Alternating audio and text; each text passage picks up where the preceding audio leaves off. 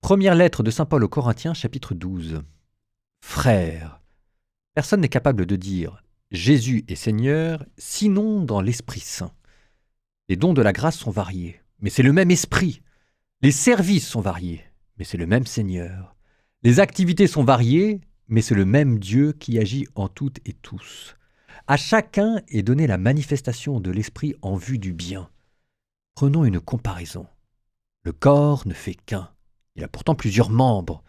Et tous les membres, malgré leur nombre, ne forment qu'un seul corps. Il en est ainsi pour le Christ. C'est dans un unique esprit, en effet, que nous tous, juifs ou païens, esclaves ou hommes libres, nous avons été baptisés pour former un seul corps. Tous, nous avons été désaltérés par un unique esprit.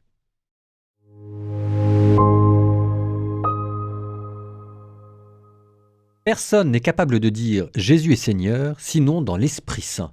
C'est une phrase qui m'a toujours paru un peu bizarre, parce que je lui dis, dire Jésus est Seigneur, tout le monde peut le dire a priori. Alors après, on le croit pas. Mais il faut bien comprendre. Alors j'étais obligé de rouvrir tous mes ouvrages d'exégèse. Et en fait, il y avait des choses, c'est peut-être assez évident pour vous, mais moi, ça m'a refait un choc quand je me suis replongé là-dedans. Jésus est Seigneur, Seigneur Kyrios en grec.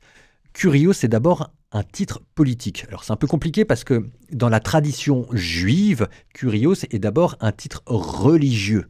C'est le Seigneur, c'est le tétragramme sacré YHWH qu'on traduit par Seigneur pour montrer que Dieu est roi. C'est à la fois l'éternité, le nom divin recouvert de l'autorité impériale. Donc c'est tout ça en même temps dans la tradition juive. Mais dans la tradition romaine, Kyrios, Seigneur, c'est le titre politique par excellence. Il y en a un autre, c'est Caesar, César, mais avec ça, c'est le grand titre. Donc quand on dit Jésus est Seigneur, en fait, dans la tête de saint Paul, c'est peut-être pas évident pour tout le monde, mais c'est une formule subversive. On est en train de désigner une autorité concurrente à César. Et à partir de cette autorité concurrente, on est en train de reconfigurer l'ordre du monde. Pas seulement la vie intérieure, mais l'ordre du monde tout court. Parce que dire Jésus-Christ est Seigneur, c'est forcément une transformation de votre être profond, parce que vous avez transformé votre allégeance. C'est-à-dire que vous n'appartenez plus à l'Empire, vous n'appartenez plus au monde, c'est-à-dire que vous appartenez à Jésus. Ça renouvelle votre vie intérieure dans l'esprit. Ça renouvelle votre appartenance à un nouveau corps social, l'Église. C'est pour ça qu'on vous en parlait, nous sommes tous les membres d'un seul corps.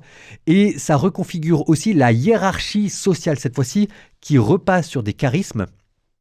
Mais les charismes, vous ferez attention, les charismes, c'est plutôt, là aussi, c'est subversif, il y a une certaine forme de démolition d'un système de prestige. Parce qu'en fait, on passe du spectaculaire à l'ordinaire, on passe du miraculeux au service concret et au principe du premier du charisme qui est le service dans la charité.